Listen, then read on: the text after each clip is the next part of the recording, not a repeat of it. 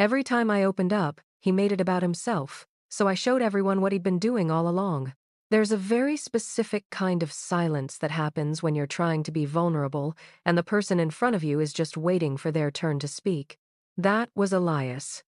If I told him I was exhausted, he'd say he hadn't slept in 3 days. If I said I was anxious, he'd tell me about his panic attacks that no one could possibly understand. If I told him I had a bad week, he'd smile in this soft, apologetic way and say, "That's nothing compared to what I went through last year." At first, it didn't feel malicious. It felt like he was trying to relate. That's what I told myself anyway.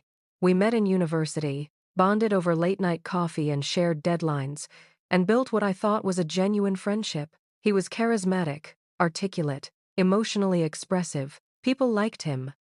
He knew how to tell a story so that he became the center of it.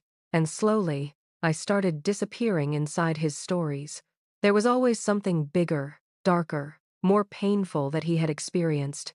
Every conversation turned into a comparison I never asked for. But the first time it really hurt was the night I told him about my mother. I remember sitting across from him, hands shaking slightly as I explained her diagnosis. I hadn't told many people. I trusted him. He listened, nodded.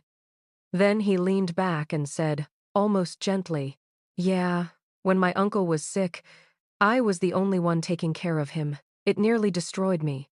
And just like that, my moment disappeared.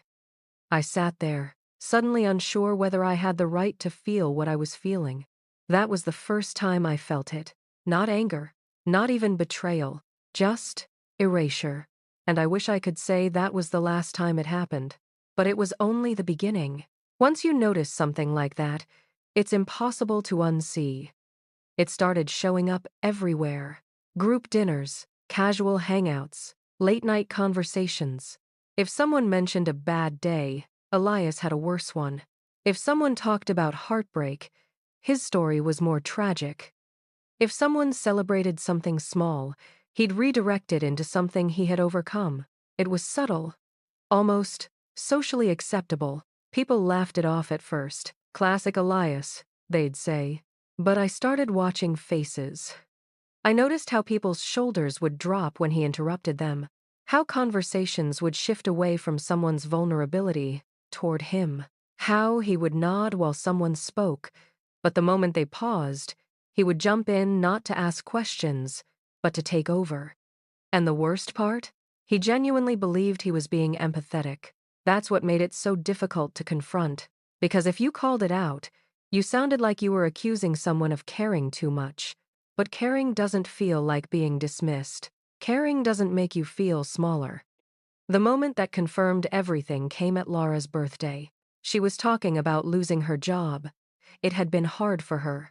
You could hear it in her voice. And Elias waited barely 5 seconds before saying, "Yeah, but at least you had savings. When I lost my job, I had literally nothing." The table went quiet. Laura nodded politely, but she didn't say another word the rest of the night. That's when I realized something that made my stomach tighten. This wasn't harmless. This wasn't just a personality quirk. This was someone who couldn't let other people have emotional space. And I had been enabling it for years. I didn't want to turn it into a big confrontation, so I tried something simple. One evening, it was just the two of us at a cafe. Neutral ground, calm setting. I waited for a moment that felt natural. Then I said it carefully. "Do you ever notice that you kind of redirect conversations back to yourself when someone's sharing something personal?" He blinked, surprised. Then he laughed. "Come on, I'm just relating. That's what empathy is." I nodded slowly. "I get that. But sometimes it feels like the other person doesn't get to finish what they're feeling." He leaned back, expression tightening just slightly. "So now I'm not allowed to share my experiences?" That's not what I said. But he had already moved into defense mode. "I've been through a lot. I can't pretend I haven't just to make other people comfortable." The conversation ended there, not with resolution, but with a quiet, uncomfortable understanding. He wasn't going to see it. Because to him, He was always the most hurt person in the room. And if you believe that about yourself, then everyone else's pain starts to look like background noise. That night, I walked home with a strange heaviness, because I realized something I hadn't wanted to admit. He wasn't going to change, and I had two choices: accept it, or show him exactly what he'd been doing. I didn't start with revenge. I started with curiosity. I wanted to make sure I wasn't exaggerating, that maybe I was being sensitive, that maybe it wasn't as constant as it felt. So I started writing things down: dates, conversations, what someone shared, and how Elias responded. At first it felt ridiculous, petty, even. But the more I wrote, the more a pattern emerged that was impossible to ignore. It wasn't occasional. It was every single time. If someone expressed sadness, he had deeper sadness. If someone expressed fear, he had a more traumatic story. If someone celebrated something, he reframed it into his own past struggle. And what struck me most was the timing. He didn't wait. He didn't ask follow-up questions. He didn't sit in someone else's emotion for more than a few seconds before taking it over. It was almost instinctive, like he physically couldn't let someone else be the emotional center of the moment. After a few weeks, I had pages of examples, not interpretations, verbatim lines, exact moments. And when I read them back to myself, something in my chest tightened. Because this wasn't just annoying, it was erasing people. I thought about Laura. I thought about that night with my mother. I thought about all the times I had walked away from conversations feeling smaller than when I entered them. That's when the idea came to me. Not a confrontation, not a fight, but a mirror. If he couldn't hear it when I told him, maybe he needed to see it. People forget how often they record themselves. Birthdays, dinners, road trips, random Instagram stories, group videos. And we had years of it. And Elias loved being on camera. He loved telling stories, performing, being expressive. So I went back. Through shared drives, old chats, tagged posts, saved stories. And I started clipping. At first it was just a few moments, then dozens, then more than I expected. Clips where someone was clearly mid-story, and he cut in. Clips where someone was emotional, and he pivoted the focus. Clips where someone laughed nervously as he redirected the conversation to himself. When you watch one moment, it feels normal. When you watch 20 in a row, it becomes undeniable. I wasn't adding commentary. I wasn't narrating. I was just arranging reality, side by side, pattern after pattern, interruption after interruption. I didn't exaggerate. I didn't edit his words. I just let them play, one after another. And the result was something I hadn't fully anticipated. It wasn't loud. It wasn't explosive. It was quiet, uncomfortable, almost clinical. And the more I watched it, the more I realized something unsettling. He wasn't doing it out of cruelty. He was doing it because he needed to be the most wounded person in the room, because that's how he validated himself, and exposing that was going to hurt him in a way he wasn't prepared for. I didn't want to put it online. That would have been easy, cheap even. Strangers don't understand context, they just react. No, this needed to happen in front of people who knew him, people who had experienced it, people who would recognize themselves in those clips. So I chose something simple. A small gathering. My place. I framed it as a memory night. Old videos, old photos, nostalgia. Everyone liked the idea. Elias especially. He even joked, "Please don't expose anything embarrassing." I smiled. "I won't." The night was warm, comfortable, familiar. Laughter, drinks, stories. We started with harmless clips. University memories, trips, birthdays. Everyone relaxed. Then, slowly, I started inserting the others. At first, no one reacted. Then, a few glances, a few quiet shifts in posture. By the fourth or fifth clip, you could feel it. Recognition.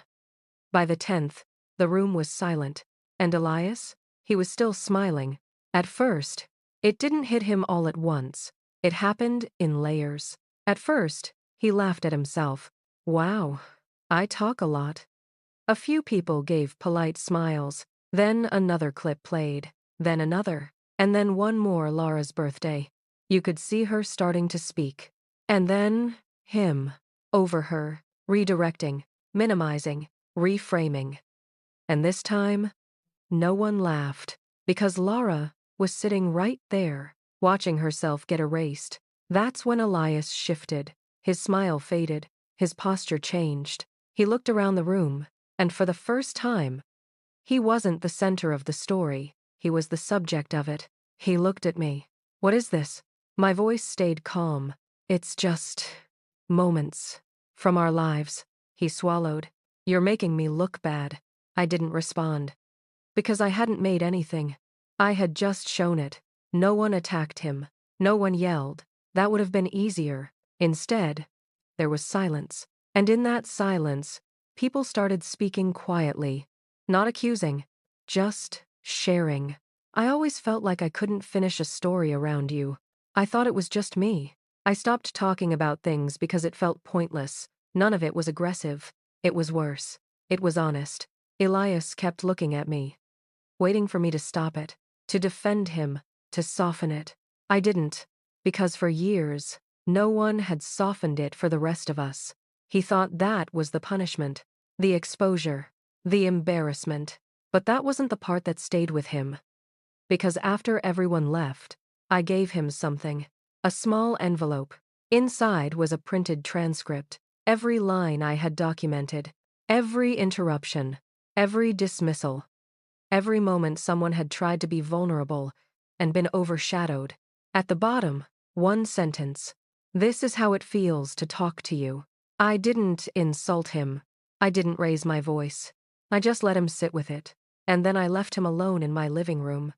For the first time in years, without an audience. He didn't call me for a week. Then two. Then a message came. Short. I didn't realize. I didn't respond immediately. Because I needed to ask myself something honestly. Was this revenge? Or was this correction? And the truth sat somewhere uncomfortable in the middle. Because I hadn't destroyed him. But I had taken away the one thing he relied on. His ability to dominate emotional space without consequence. When I finally replied, it was simple. Now you do. We didn't go back to how things were. We couldn't. Because once you see a pattern like that, you can't unsee it. But something did change. The next time we were in a group setting, someone started telling a story. And Elias paused, waited, asked a question instead of interrupting. It was small, almost unnoticeable, but it was new. And as I watched him try, I felt something I didn't expect after everything. Not victory, not satisfaction, something quieter, something more complicated. Because the truth is, sometimes the most effective revenge isn't destroying someone. It's forcing them to face who they've been, and leaving them to live with it. He spent years needing to be the most hurt person in the room. I just made sure he finally felt what it was like to be ignored. Thank you for being here. If you enjoyed this, go watch the one on the left and don't forget to hit like and subscribe to the channel for more tales of triumph over injustice and a saga of ultimate revenge.